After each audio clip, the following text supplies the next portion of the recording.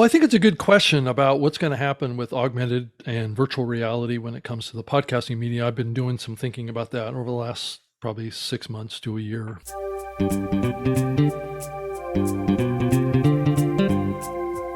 Hello and welcome to the Innovative Mindset Podcast. I'm your host, Isolde Trachtenberg. On the show, I interview peak performing innovators in the creative, social impact, and earth conservation spaces who are working to change the world. This episode is brought to you by Brain FM. Brain FM combines the best of music and neuroscience to help you relax, focus, meditate, and even sleep. I love it and have been using it to write, create, and do some of my deepest work. Because you're a listener of the show, you can get a free trial. Head over to brain.fm/innovative mindset to check it out. If you decide to subscribe, you can get 20% off with the coupon code Innovative Mindset, all one word. And now, let's get to the show. Hey there, and welcome to the Innovative Mindset Podcast. I'm your host, Isolde Trachtenberg. Super happy that you're here and super happy and honored to welcome this week's guest, Rob Greenlee. Rob is the VP of Content and Partnerships at Libsyn and AdvertiseCast. He's a well-known 17-plus-year evangelist of the podcasting industry. He's a current board member and former chairperson of the Podcast Academy, current chairperson of the Podcast Hall of Fame Induction Committee, and 2017 inductee into the Podcast Hall of Fame. In his role at Libsyn and AdvertiseCast, Rob is responsible for managing content provider, technology, distribution, and monetization partner relationships who entrust their content to Libsyn's pioneering podcast tools. Rob's long and storied history on nationally syndicated terrestrial broadcast radio, starting 1999, then webcast and podcast, Web Talk World Radio Show, was heard on XM satellite radio and is recognized as the first broadcast radio program in the world to begin podcasting on September 15th, 2004. I'm super honored that Rob has taken the time to be here. Rob, welcome. Hi, Isolde. It's great to be here again. Thank you.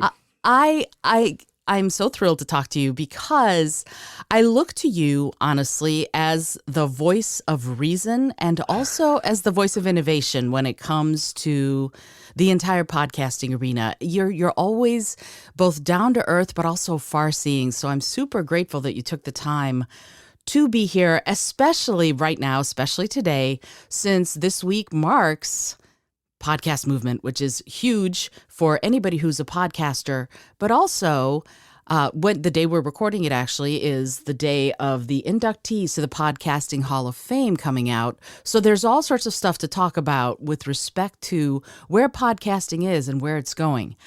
I would like to, if it's okay with you, talk a little bit first about your answer to a question. Somebody somewhere posted, and I don't even remember where I saw it. They posted the question, what are the three major aspects of a great podcast? And you put out a thing that said, here is my answer to the question. And I would love to unpack those answers because really it's where podcasting is right now. And I think also where it's going. Would that be okay with you? Yeah, I think so. Sure. Okay. Let's do it. Let's dive in. So the way you answered the question, let me read the answers, and then I'd love to ask you some questions about it. You said the answer is complex and challenging to do, thus the difficulty in making a compellingly good podcast.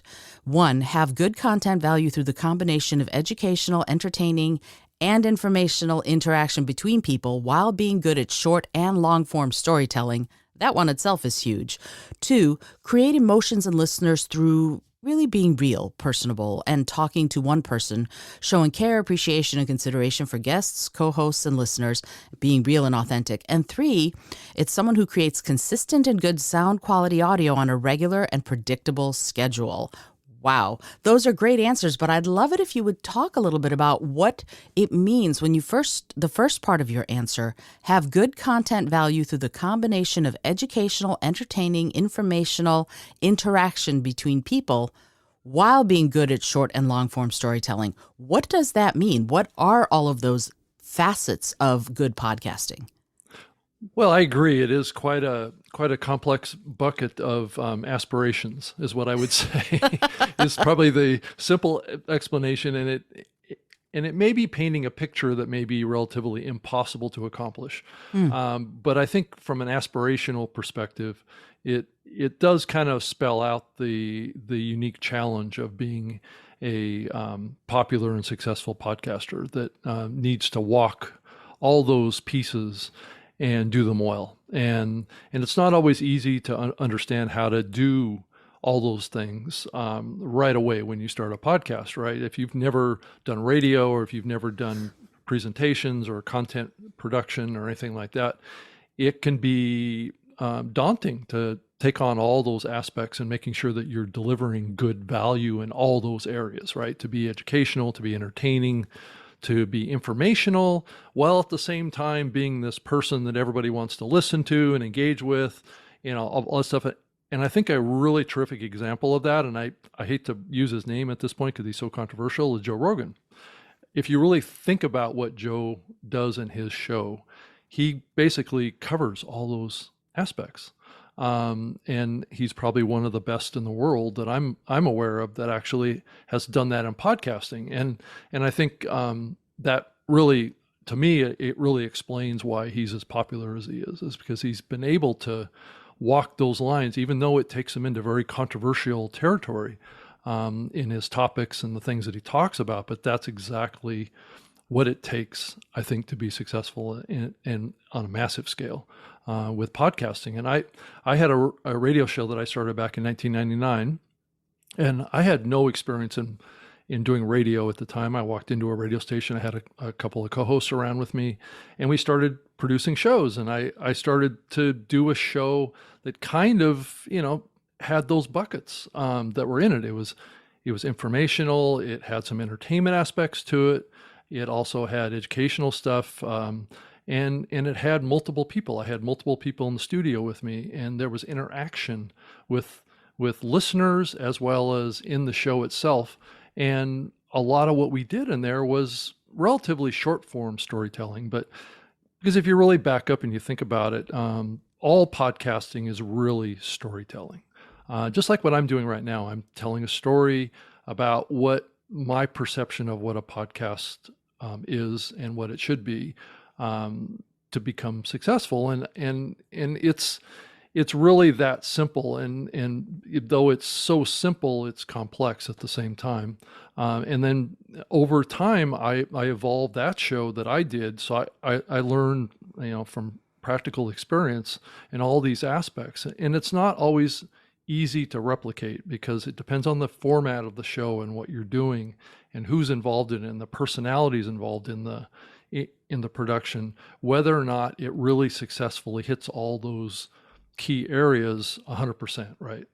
I think some shows are very good on education, but maybe not as entertaining. And then there's other shows that are great with information, right? Data, things like that may not be really have a strong kind of connection with an audience. It can be a little bit too data centric or something like that. So you can kind of see how it kind of juggles lots of things, but to bring it all together, it takes kind of a unique skill.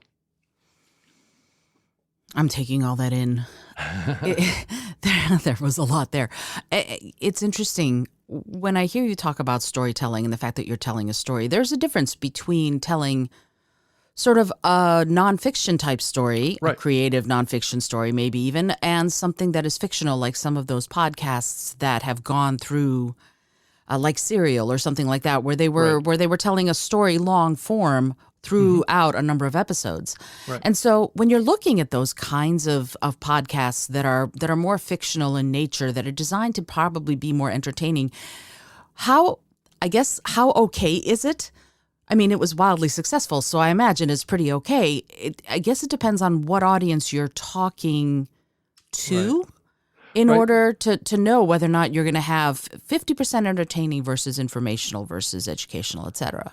Well, I think even a fictional storytelling podcast will have elements of all these things. It's just how they present them may not be strictly like college educational kind of thing. But it may be educational in context, right? Of a bigger historical orientation towards something, and hopefully it's telling that historical reference in some level of truth, right? And authenticity. And then other long form storytelling also has, the combination of information and education are kind of similar to each other. But most of even the long form storytelling aspects have some form of, especially the fiction side, have some form of entertainment in them. And then they, by their very nature, the scripts that they do for those programs are highly, they engage with other people, right, during the production, right? If there's multiple actors, performers that participate in the production, if there's a correspondent or reporter, or they're talking to an expert or a guest or a witness or something like that, that creates that feeling in the content of that there's more people involved than just one person. And I think that's one of the challenges that I think solocasters have, is that it's difficult to create conversation when there's just one person, right? So and this is also another unique talent too, is that if you are a solocaster and you're producing a show like that, and there's plenty of examples of this, you have to look at your audience as that person that you're interacting with. It's almost like the concept of sitting at Starbucks, right? And you're talking to a person you met at Starbucks, right? That's kind of how you have to think about your solo cast, right? You're speaking with somebody, and you're kind of almost hearing them, respond to what you're saying, and then you're kind of answering their questions while they're forming it in your mind, but you're thinking that they're going to form that in the listener's mind, right? So you're always trying to answer questions that come up as part of your dialogue. And I think, like a Dan Bongino is another example of a podcaster that really speaks to his audience, right? He gestures. I mean, he does video too, but he gestures at his viewers, right? Mm-hmm. He's like talking to them like they're standing right in front of him, and having a conversation, not a scripted type of thing. So you kind of, podcasting is a lot about kind of understanding the psychology of yourself, and then understanding the psychology of the listener too, and being able to engage like they're standing right there and you're talking to one person. And I mean, it's not the panacea that will accomplish everything for you, but I do think that there's those characteristics that exist with individuals that have shown success. If you really watch and you really think about their behavior and how they interact in their program and how they speak to their audience, it definitely comes across as like he's speaking to one person.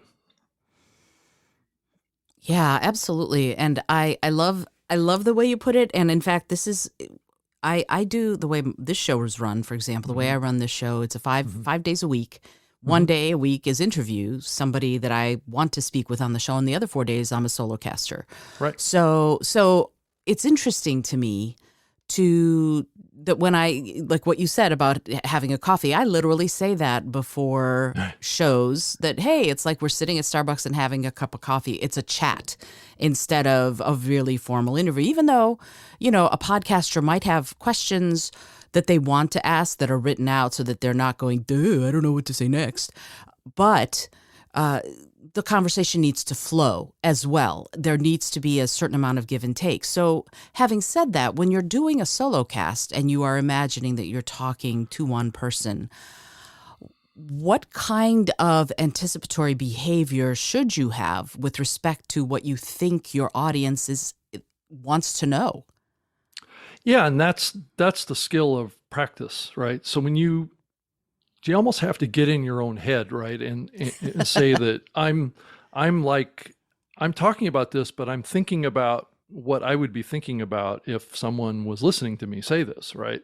And what would be the next logical thing that I would talk about? And this kind of gets back to the format of the show too. I mean, if you're scripted and you've got a strict outline and you're just trying to cover information, then you're just going to go bang through those items and you're going to share that information. But if it's a stream of consciousness type of presentation where you have an outline and you're basically talking to that audience like they're there to hear what you have to say, but also they're open to your thoughts on what that means, right? What that means to them. And the next thing you say is like you're addressing that. It's like I know that you're. I mean, this is an example. It's like I know that you're thinking that I said this and that means that. Well, this is what I really mean, right? So it's using a reference to like say a logical question that listener might have from what I just said, and here's the answer, right? So it's being able to do that as a special skill. Mm. There's a wonderful author named Tamsin Webster who was just on the show recently, and she's written a book called Find Your Red Thread. And when she's talking about it, it's message strategy, but she says that you should be telling your story in the way that the people who are listening to you would be telling the story to themselves. Right. Yeah. So getting in their head and how they think about things. Right. Yeah, absolutely. And so that it is a skill, and I'm wondering, what are your thoughts on how someone should learn it? Is it just practice, or is there somewhere someone can go besides reading Tamsin's book, somewhere someone can go to pick up that skill? Because it is a skill. Yeah, I think it's emotional intelligence, and it also takes the conversation back to the number 2 that I have there too, which is the personality characteristics of the individual as well. Are they personable? Do they get excited by engaging and learning about other people and thinking about what other people are thinking, not just what they're thinking? And it's sometimes difficult to get out of your head like that, right? Because we all For sure. want to think about what we want to think.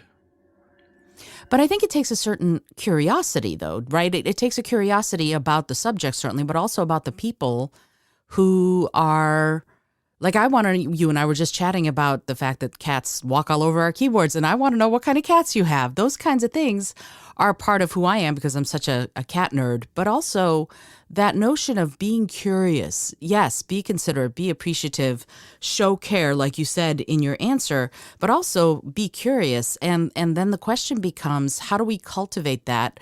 Or is that, do you think, an innate skill? I think it just comes from, and this is what kind of separates podcasters and why some achieve more than others is that differentiation. And I think one opportunity is, your example is terrific, is about cats, right? I mean, you can also thread in there and ask your audience to, well, tell me what cat you have or something like that, you know, in the comments or something like that, or give me feedback about your experience with cats. But, being able to use references to facilitate interaction with your audience, and finding those opportunities, those little hooks that people will connect with, that will get them to engage with you or send you an email.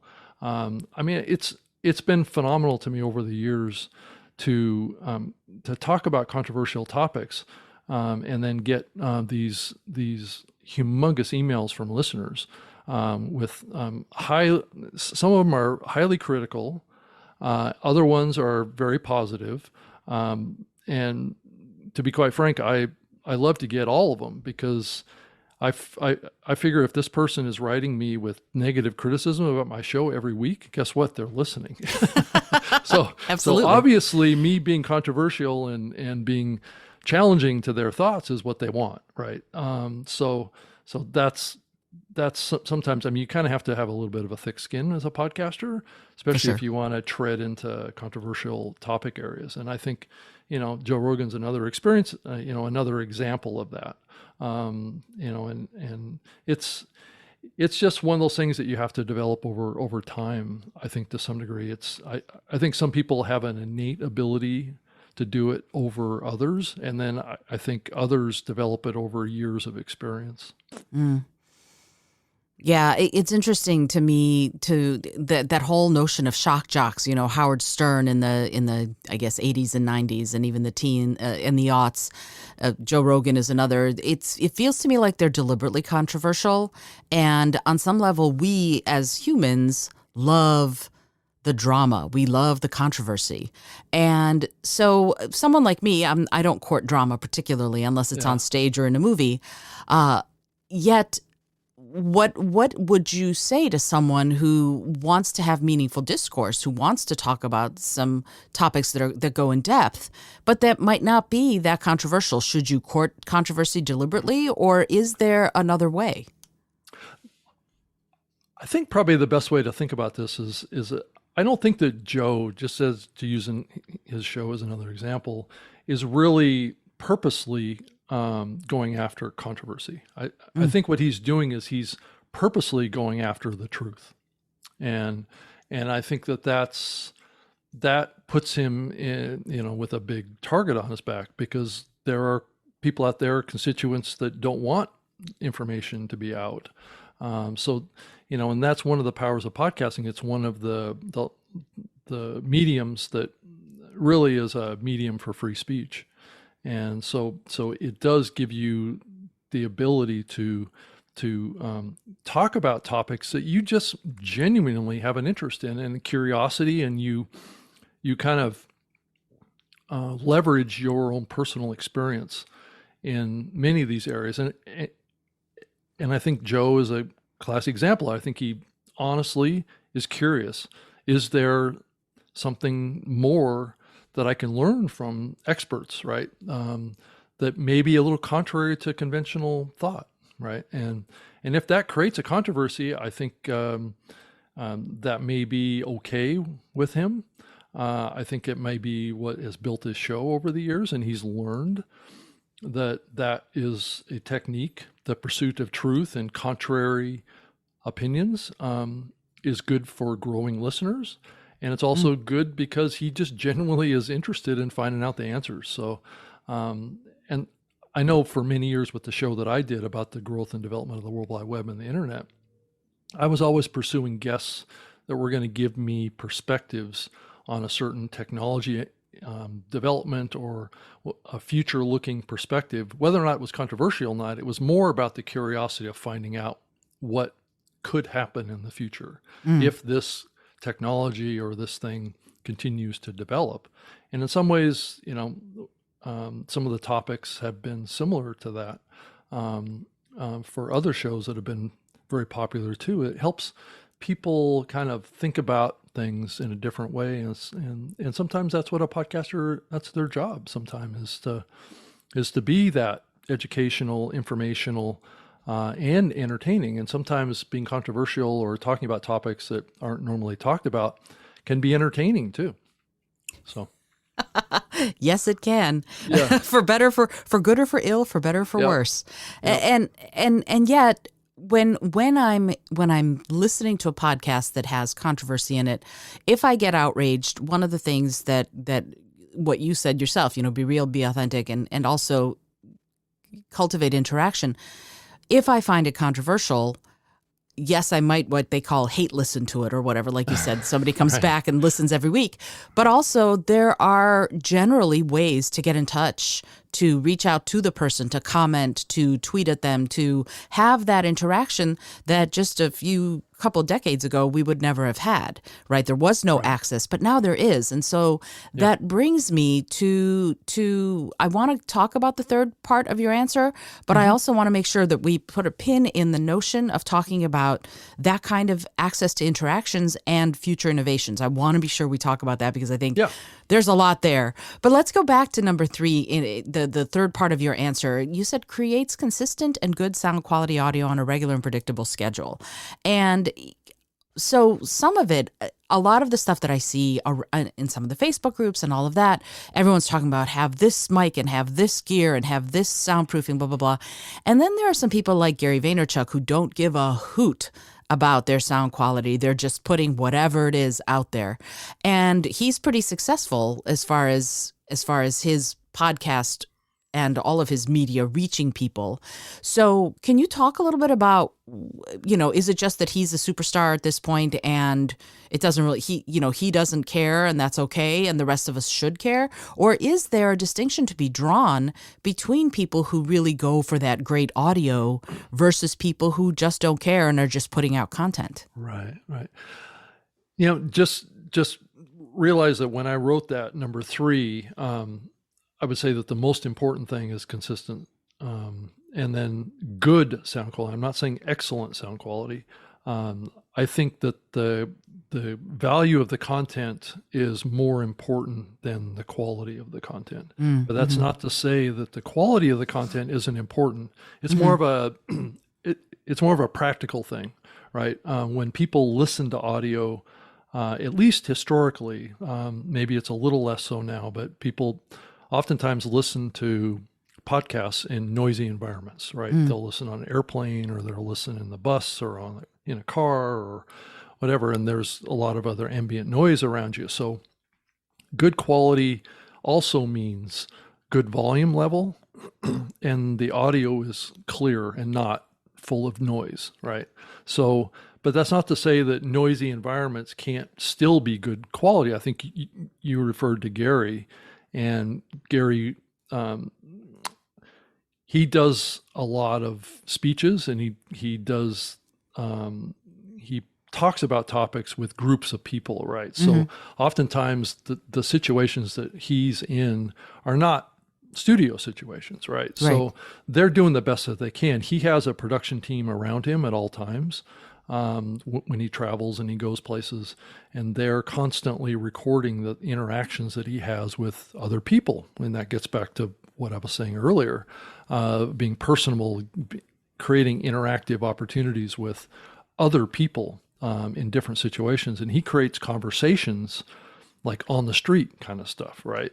Or kind of randomly in an office, or walking down the street, or all these different areas which are more authentic, right? More real. It's not this contrived production. And Gary is and he's been this way for many years. He's very edgy. He's could be seen as very controversial too. He challenges people to think about things in a different way, right? It may not be the conventional way that, he and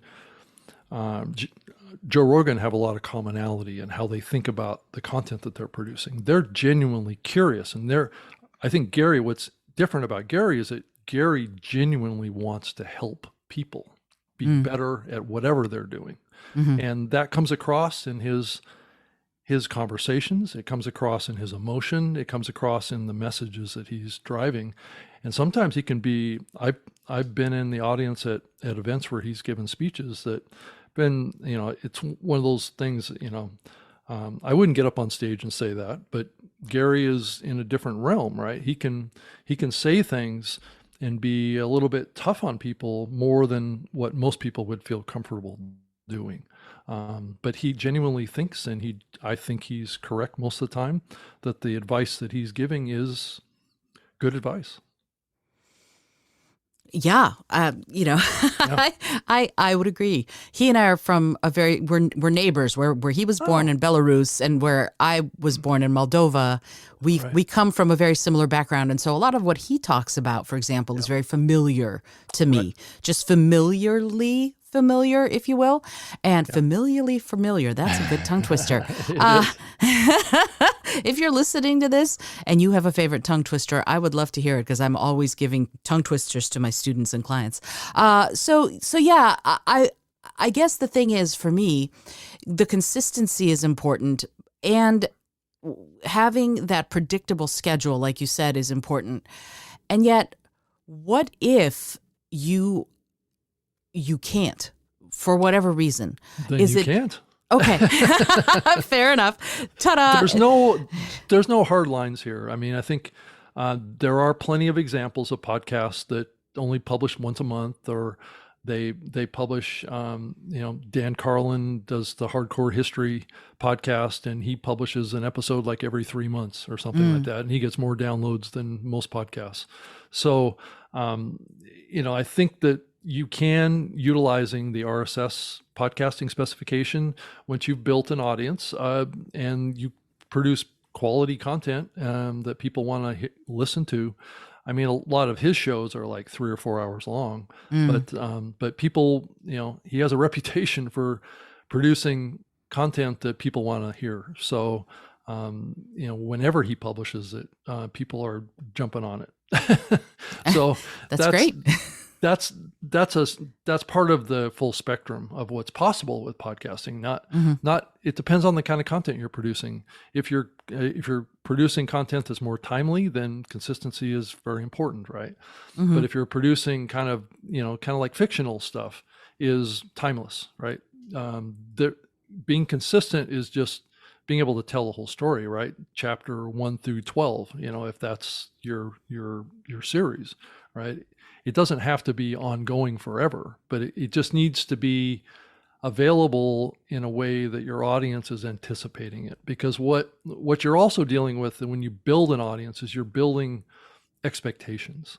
You're building your show into those listeners' lives. And if you're disappointing them by not being there when they anticipate you being there, guess what? They're going to listen to something else, which that's the risk that you take. And that's one of the challenges of seasons in podcasting is that there's many in the podcasting space that will tell you it's fine to have seasons, right? If you want to have season 1, season 2, season 3 that has batches of episodes, but it's best to have season 1 end 1 week before season 2 begins. Right. But it's not that cut and dried either. I think it depends on what you need to do in your life too. So there is a factor of podcasting is about podcasters doing what they need to do in their lives as well. And that they take the audience that, supports them on whatever that approach is. Yeah, and that it is interesting to me that this notion, my Aikido teacher, my Aikido sensei says, life gets in the way of art, and it's really true. Yeah. It's like, so you sort of have to you have to deal with it, and the thing is, for a lot of us, podcasting started out as voluntary. Yep. There's no one standing over you saying you must have it done, but. Yep. If you're going to build an audience, if you're going to really make a successful podcast, it sounds like that consistency and that something predictability, I guess, is what you said is important. But having said that, some podcasters succeed. Some, they call it, I guess, pod fade, where and it peters out and it's gone. It's between somewhere between 7 and 10 episodes is usually when it happens, if it's going to happen. Right. Yeah. And then, and a lot of that is, are you passionate enough about your subject to keep prioritizing making it? But then there are some people who succeed and who really get a lot of recognition, who are elevated by their peers even. And so I would love it if we could pivot a little bit and talk a little bit about the Hall of Fame inductees and podcast movement. Like what is that? I know that you are one of the people who helped decide. You're the chairperson of the committee of the inductees to the Hall of Fame. I would love if you could talk a little bit about what the criteria are, and also, if you don't mind talking about it, who the people are and what it means to be in the Hall of Fame. Well, I think just generally, I think it's a huge honor to be recognized by your peers as having a significant contribution to a medium like podcasting. I think it's a great honor for me to be inducted and get up on stage and talk about that, and thank people for supporting me over the years. And I think it's, as far as the criteria for getting into the Hall of Fame, it is really, let me kind of reference it. The criterion for entry into the Hall of Fame is a combination of mainstream popularity, being considered a great podcaster or contributor to the industry by your peers, or excelling in the medium of podcasting, as well as having a historical significance in a positive manner. So candidates should have something to offer in all 3 of the categories mentioned above, or be so outstanding in 1 or 2 that they deserve inclusion. To be eligible for entry into the Hall of Fame, a nominee must have completed 5 years since their first involvement in the medium, but longevity should not be considered a qualification in of itself. So that is word for word what the eligibility criteria is. It's on the Podcast Hall of Fame website. If you go to podcasthof.com, you can see all of the 2022 inductees and all of the current inductees going back to 2015. So the event did take a 4-year hiatus from 2018 to now 2022, but it did go back much more. I think we're up to 33 inductees when you include this most recent 8 folks into the Hall of Fame. Oh, that's fabulous. I love it. And if you're listening, I am going to put the link in the show notes so that you can access it very easily. So if someone do you put yourself up, or does someone else have to nominate you, like Wikipedia, where somebody else has to create your page? Well, there is a nomination and selection committee of all of the past inductees. So they basically comprise the committee to select who's going to be added to the Hall of Fame. So that is the pathway for that.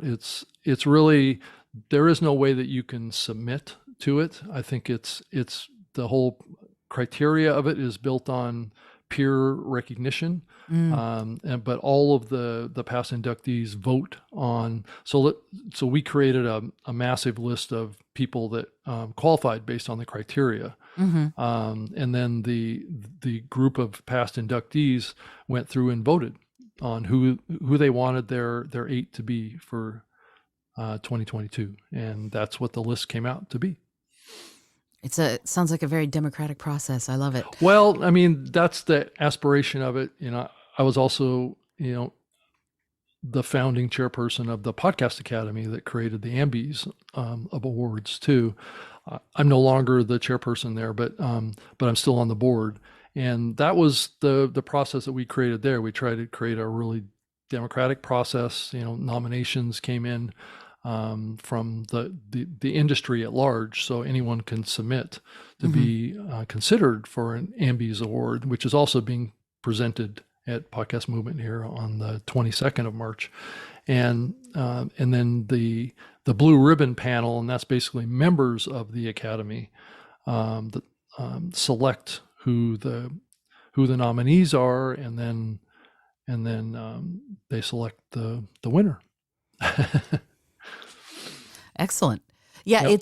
It's always interesting to me to see, especially peer nominated, peer reviewed awards like this and inductions like this, because it means that the people who are doing what you're doing recognize that you know what you're doing, which I think is great, because sometimes it isn't that way, and then you kind of have head scratchers. Wait, what happened here? How did that happen? Yeah. But this seems like it's very much people who are already involved in the industry. Oh yeah, who are the ones who are making these selections with it, which I think is it's amazing, especially since there are so many different ways to podcast, right? You and I were talking about that before we started recording this chat.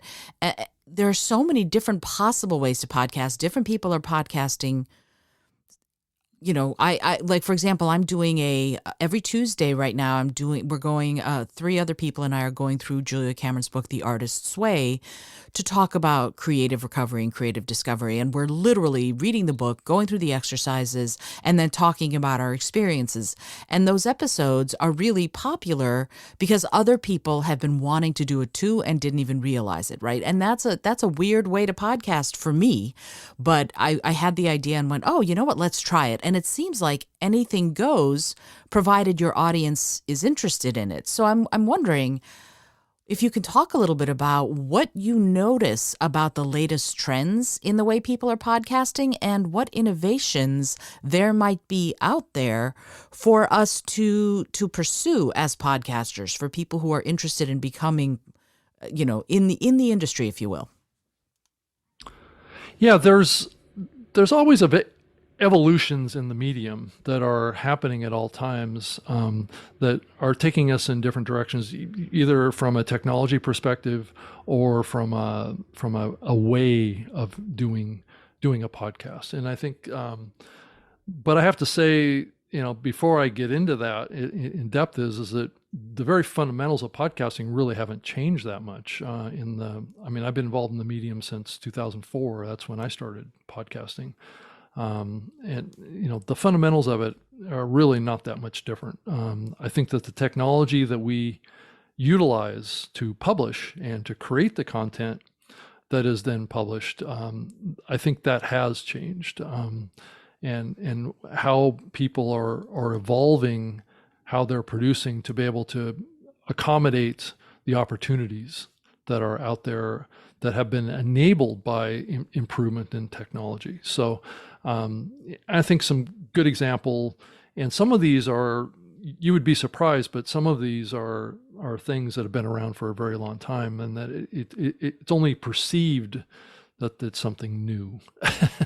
And part of the reason why that happens is because there's always a constant inflow of new people into podcasting, right? So there's been an expansion of the demographics of podcasting as well. So the understanding of the 17 plus year roots of this medium doesn't go back very far, because there's most of the people that have got involved in podcasting have gotten involved in the last 7 to 10 years max. Right. People that were involved in the medium prior to that, which is a very small number of people, witnessed some of these things being tried a long time ago, or were big a long time ago, that faded and then are coming back again. So it's easy, and I kind of fall into this trap sometimes too, because I do a show called the New Media Show, and we talk about the evolutions of podcasting and what's happening in the industry. And we're constantly having this debate with my co-host about things that happen today, and then always applying a historical reference to it, to be able to say, well, that's been tried before. Is it really going to work this time? So, and one of them is video. And I think there's this tension right now, and I think it comes from live video that's really exploded over the last few years, the popularity of YouTube, TikTok, Instagram stories, and these kind of things have really kind of brought to the fore video, right? But people think it's something innovative in podcasting today. But when you go back to the past, and this is an example of what I was just saying, the early days of podcasting, video was like 35% of podcasting. So, but most people don't realize that. Yeah, I didn't. Well, because video was available in the early days, and it still is in Apple Podcasts. You can still publish a video podcast RSS feed that enables Apple to download a video file, not just an audio file. So, and it will play it in a video player in your iPhone in the Apple Podcast app. So there is still podcasts are being put out as video.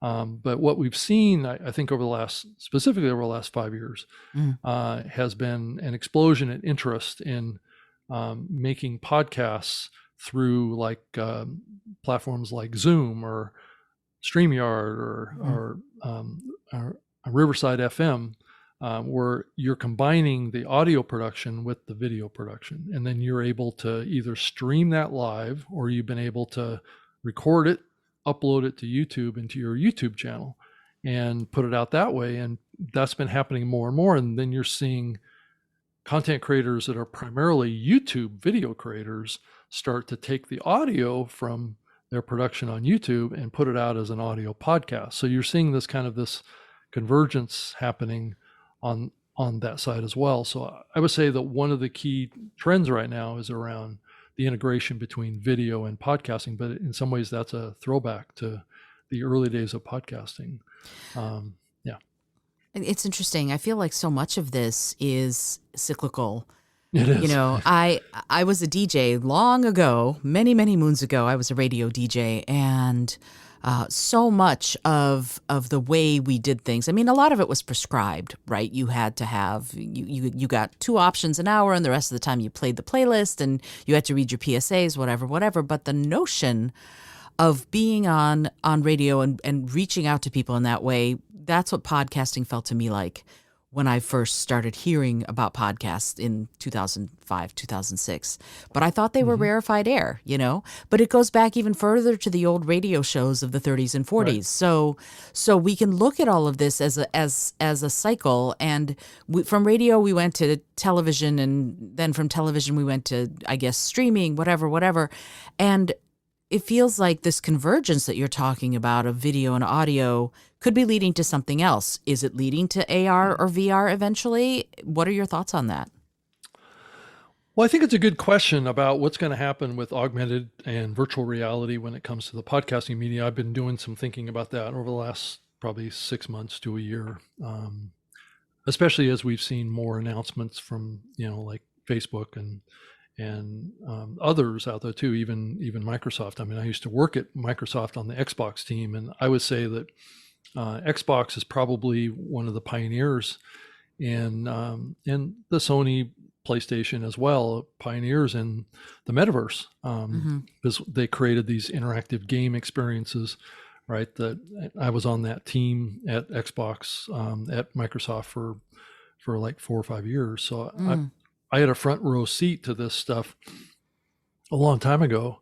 And back in those days, we were selling digital merchandise, right? Not unlike what we're seeing today with the NFTs and people selling uh, virtual goods Right. in these platforms. I was a very early participant in a platform called Second Life, which is a platform that was built by a company called Linden Labs up in Seattle, and this was like back in probably 2007, 8 Mm-hmm. timeframe, is when that platform started to really take off.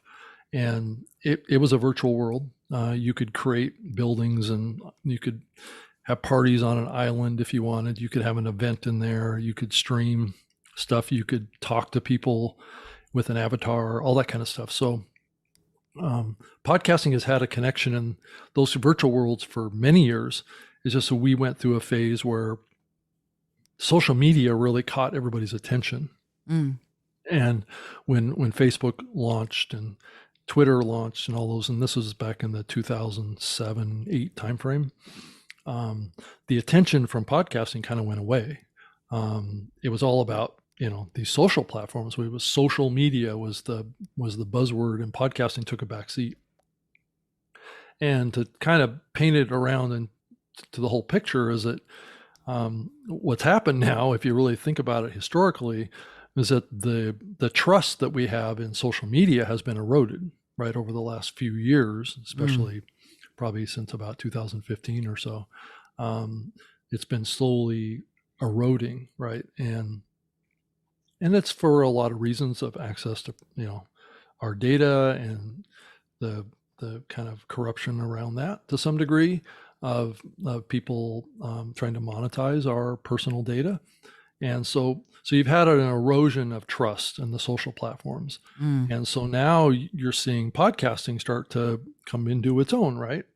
As a kind of a flip side to that. People trust podcasting more than they trust social media. So it's one of those areas that has kind of evolved. And if you think about podcasting, the involvement in the metaverse and things like that, I think the Xbox will probably be the real pioneer in this, not Facebook. So I'm not sure what it means for podcasting quite yet, though podcasts have been done live in Second Life, going way back for a long time. So that may happen again. I think we may have shows that are done live in these platforms, in maybe Xbox or in maybe whatever Facebook comes up with the Meta stuff in the metaverse that they're working on. We may see live podcasts show up in there. That's part of their kind of live streaming experience. And as we create avatars and become more virtual, um, I'm not sure that that's going to be a revolution in podcasting really anytime soon. I'm just, it's going to be a few more years before the augmented reality stuff probably augmented reality is going to come first. The virtual worlds are going to be a little slower because I think people are going to be nervous about getting too involved in those worlds for many years to come. And the tech just isn't there yet, too. I mean, Right, we're just not there. It's wonderful to theorize and speculate and wonder and imagine, but right now we're just not there. And yet there's it feels to me like in even the little podcast that I have, there's a wealth to plumb, right? There are all of these ideas that we can explore together. And I get to have people like you on the show and ask you all the questions I'm curious about asking you. Yeah. And it's amazing to me that is possible. And in some ways, social media provides that, right? The thing to me that's so fascinating about social media now is access, right?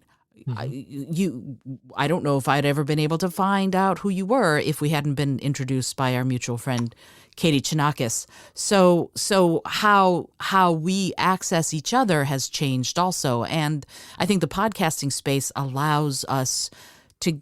I think it does allow us to give that little bit of extra.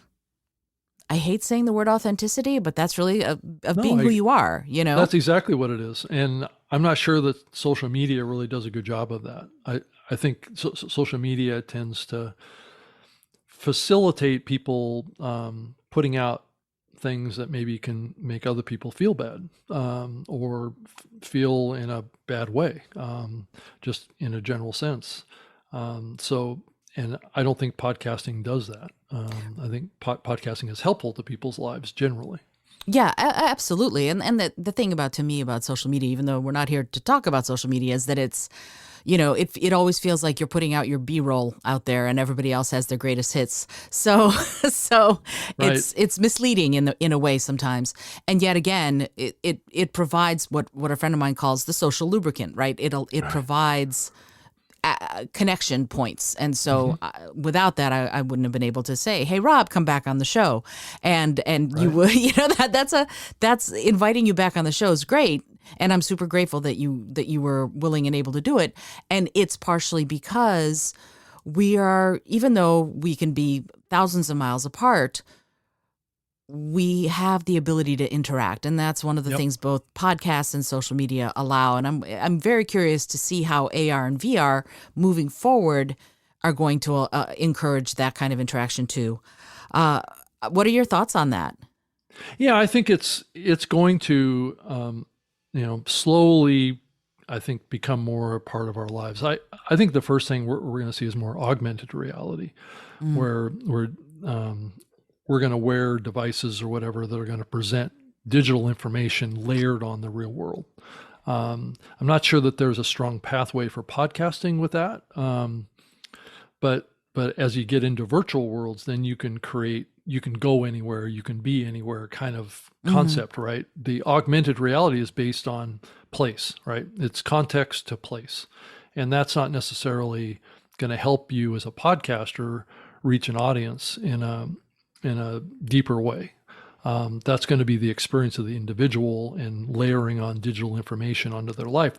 That doesn't mean that they can't watch a podcast through these devices or listen to a podcast through these devices. They can. I'm just not sure that it's going to add any kind of layer of presence, right? I think it may offer a pathway to interact with a podcast at a greater level, just because of the ease of access and the ease of these devices being built into our eyeballs or contact lenses or glasses, that they're going to have microphones and they're going to have cameras and things like that built into them that would enable you to interact with those shows in a way that maybe we haven't had before, because people have been kind of detached from their devices up to this point.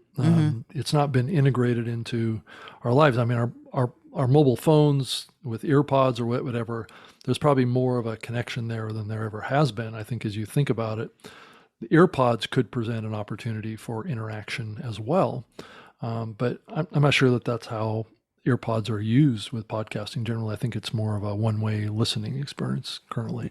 Yeah, it feels to me like it would be a resource management nightmare too, right? If you were having a podcast and you said everybody call in if you're listening or whatever, how do you do that? I mean, really, there are examples over the last year about that. Look at Clubhouse. Look at Twitter Spaces. Those are what I would consider to be kind of like talk radio / podcasting / live kind of interactive audio experiences, right? Mm-hmm. So you could, I mean, there were many months that I went by in Clubhouse. I was walking through the grocery store listening to Clubhouse audio channels with 2,000 people in the room, right? All talking about all sorts of different kinds of derivatives of a topic. Mm-hmm. And so we have had kind of like that randomized kind of joint kind of experience around audio, but those don't necessarily make terrific podcasts though. Right. That's the thing. I mean, I tried to do the show that I do, the new media show, live on Clubhouse for a while and then live on Facebook and all these live platforms. And it really never worked very well because the interaction is not what the format of the show is, right? So it became very distractive to the podcast production to have new people up on stage, for an hour constantly asking different questions. You can't really stay focused on a topic. Sure. And I saw some Clubhouse rooms and Twitter Spaces rooms last 6, 7, 12 hours. I can't personally. That's the other end of the spectrum, right? Yeah. Right. I have a cat to feed. I can't go. So yeah. I need to eat too. Exactly. Right? Yeah. Exactly. Yeah. I mean, there is the mute button, but still, it feels very like I personally can't, and that does make me wonder if there's a little bit of not a fear of missing out, but it does make me wonder if I'm missing out on a technology that I otherwise might be able to participate in because it might not be for me. And then some of that I think is self-awareness. What do you think about that? Is there a know yourself part of podcasting as far as this kind of adopting new technologies thing is concerned? Yeah, I think certain individuals have propensity to have the tolerance for the inconsistency involved in trying to adopt new technology and the failure that can oftentimes be associated with that experience.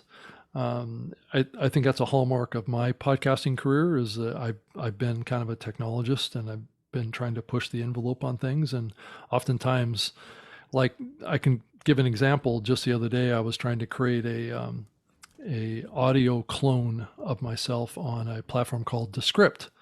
And that is a platform that enables you to go in and voice train an AI agent to replicate your voice. So you can actually, write up a script or an outline and you upload it to this kind of clone of your voice, and it will actually voice the text in your voice. Wow. Yeah. But it's a computer that does that, right? Right. So that's fraught with issues too. And I struggled with that too. And I had to do like 30 minutes of audio training to train this platform to replicate my voice. And you just kind of think to yourself, okay, that can be a powerful thing, but it can also be a pretty scary thing.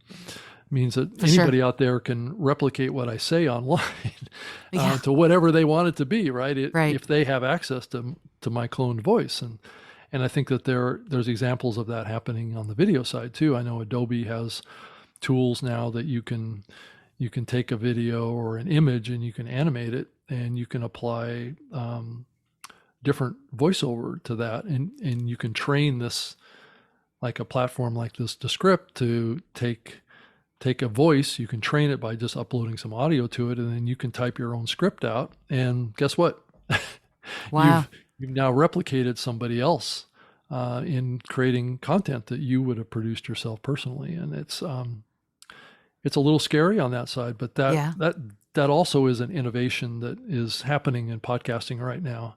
that may change the very fabric of it. And you're starting to see it a little bit more even on YouTube, where entire channels are being generated by artificial intelligence now, where they'll take a topic and you write an outline or a script for it, you upload it into it, and the AI will go in and find all the images and videos Wow. and actually voice it with a voice character that you selected or you created, and auto-generate these videos based on topics. So, Wow. it could be a different way of producing content. It can be a powerful way of producing content because it scales very rapidly, Right. and it can happen very fast. And that may be the new world that we're going into, is a world that there's still going to be a challenge with trust. And I think that's where these technologies kind of run afoul of what we do here with podcasting, is that it could get to a point where none of us can really trust the content that's online. Is it really true? Is it authentic? Is it real? I mean, I think one of the biggest threats to podcasting today is, what is the truth? Yeah, You know, absolutely. what Absolutely. can you believe is authentic? Right. And what you were just describing sounded a little dystopian for my liking, Yeah, to be honest, because it is this where are we going and how are you going to be able to rely on things, especially since the push seems to be create content, create content, create content. So there are going to be lots of people probably who are going to go, oh, this is a really good way to save me a bunch of time. But that doesn't necessarily mean that you're creating quality. Right? right, You're not necessarily creating authentic content that would be what you would actually say, the research you've actually right. done. Oh, that scares me a little, Rob. Thanks very much for that. My Well, adrenaline yeah. spiked. Yay. Well, I mean, it is a spectrum. It's like technology has always had this two-headed beast to it, right? Right. It can either be a good beast or a bad beast. Right. And technology can be used in a positive way that can produce good stuff, or it can be used in a way that's deceptive and manipulative and false. Yeah, and So, detrimental for sure. right, and at the end of the day, sometimes you can't tell. Yeah. So I think that's the question of the day, and I think it's a bigger question for artificial intelligence just in general. Mm. Is how, as humans, are we going to manage this technology innovation that's we're really on the cusp of right now, Yeah. and it's been building for a few years now, and it's only going to accelerate. So what the future looks like is a little bit hard to predict right now. Yeah, it's murky, and I think I spend a lot of time thinking about it too, from a creative perspective, from creativity's sort of point of view, if you will. And it is the same kind of thing happens. And I'm in artist groups where people fight, if it's digital, is it really art, that sort of thing. And there's a lot for us to unpack, and I'm much to think about. And I want to thank you once again for taking the time to be on the show and to talk about some of this, because these conversations, I think, are important for all of us to be having as we move forward. Yeah, no, I agree, and I'm going to keep raising these topics too in the podcasting industry to draw a spotlight to them to some degree. I mean, it can also drive more people to go over and try and do these things too. So maybe that's not a good thing. I don't know. So, Well, yeah. have a healthy dose of skepticism with everything, right? So it's a Right. new condiment: salt, pepper, and skepticism, or maybe critical thinking is a better way of looking at it. So again, Rob, I'm really grateful you took the time, and I know that you've got a day to get back to. So I'm going to ask you the one last question, if you don't mind, Okay. that I ask Sure. everybody who comes on the show. You probably don't remember it, but it's a silly question, and yet I find that it yields some profound answers. And the question is this: if you had an airplane that could skywrite anything for the whole world to see, what would you say? Um, be a good person to others. There you go. Yeah. That's succinct and probably relatively easy to skywrite. So there you go. Right. Oh, Rob, thank you so much for being here.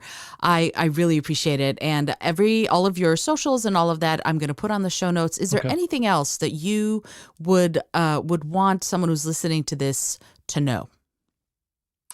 I can't think of anything else other than just sharing the website addresses of the two events that are coming up this week at Podcast Movement. If you want to go check out the Ambies, I'd go to just ambies.com.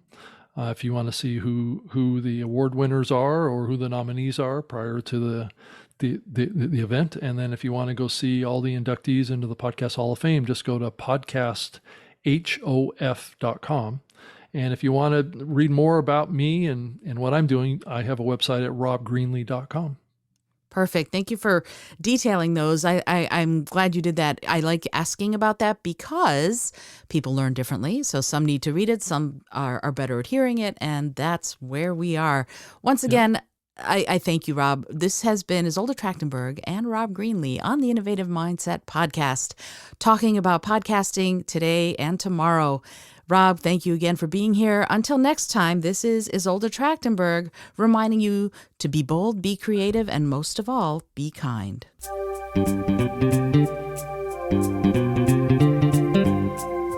Thank you so much for joining me today. I really appreciate you being here. Please subscribe to the podcast if you're new, and it would mean the world to me if you told a friend about it. Today's episode was produced by Isolde Trachtenberg and is copyright 2021. As always, please remember this is for educational and entertainment purposes only. Past performance does not guarantee future results, although we can always hope. Until next time, remember to be bold, be creative, and most of all, be kind.